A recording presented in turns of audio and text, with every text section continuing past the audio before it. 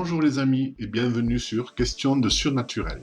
Mon précédent sujet sur l'envoûtement a eu un certain succès et ces commentaires m'ont replongé dans mes souvenirs des années passées. À cette époque, j'étais confronté régulièrement à des personnes qui me sollicitaient pour leur enlever le mauvais œil ou toutes sortes de sorts maléfiques.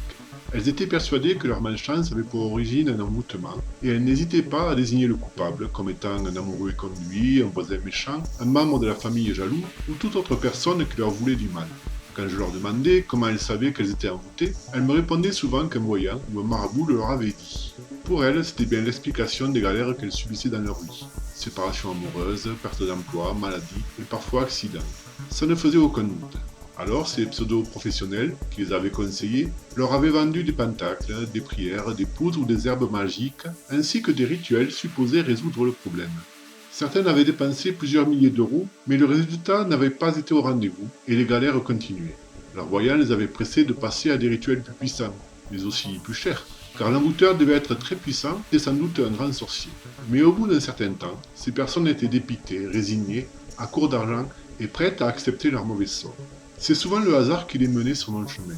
Après les avoir écoutés et tenté d'identifier un sort ou un envoûtement quelconque, je constatais dans une grande majorité de cas qu'aucun acte magique n'était à l'origine de leur mal-être.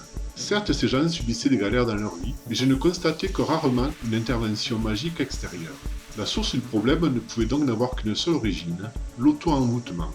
C'est pourquoi la question du jour va être: qu'est-ce que l'auto-envoûtement ?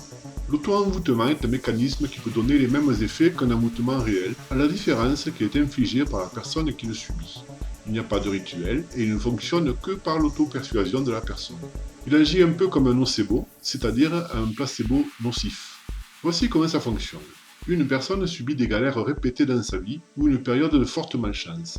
Devant ces problèmes récurrents, elle va commencer à penser que ces galères ne sont pas normales, et pour peu qu'elle soit sensible aux histoires d'envoûtement et de sorcellerie, elle va s'imaginer qu'une autre personne lui veut du mal et qu'elle subit un mauvais œil.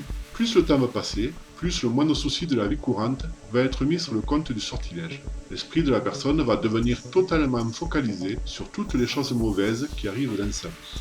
En agissant ainsi, elle va nourrir une bulle d'énergie négative dans l'astral, et cette énergie va se répercuter dans sa vie réelle en apportant de nouvelles galères dans une boucle sans fin. Car ne vous y trompez pas, les effets d'un auto-envoûtement sont réels. Ils peuvent conduire à des maladies, des accidents ou des ruptures familiales. Les énergies à l'œuvre sont les mêmes que dans un envoûtement classique. À présent, comment désamorcer un auto-envoûtement ? Dans un premier temps, vous devez comprendre que la vie n'est pas un long fleuve tranquille. Au cours d'une existence, vous allez devoir endurer des périodes extrêmement difficiles, des problèmes d'argent, de couple, des accidents, des décès et des maladies. Dans l'hindouisme ou le bouddhisme, on désigne l'ensemble de ces événements, bons ou mauvais, par le terme de karma.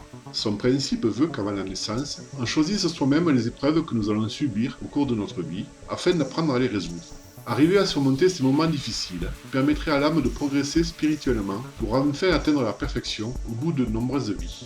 Quoi qu'il en soit, vous devez considérer que les périodes de malchance sont normales dans une vie et elles ne sont pas nécessairement dues à des pratiques magiques. C'est la façon de les aborder qu'il faut changer dans votre tête. De la même manière qu'il est possible d'endurer la souffrance, vous devez endurer ces épreuves en puisant au fond de vous-même toute l'énergie nécessaire.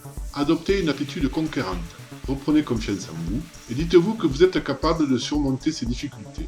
Arrêtez de vous lamenter en imaginant des influences extérieures et soyez constamment positif. Même si les galères s'enchaînent, vous devez trouver des solutions et vous allez réussir à vous en sortir. En pratiquant ce genre de pensée, vous allez peu à peu dissoudre l'énergie négative que vous avez accumulée depuis des semaines. Il faut compter un bon mois pour avoir des résultats tangibles. La malchance se fera de plus en plus discrète et vous pourrez reprendre une vie normale. Mais surtout, n'abandonnez pas ce nouveau processus de pensée que vous avez mis en place.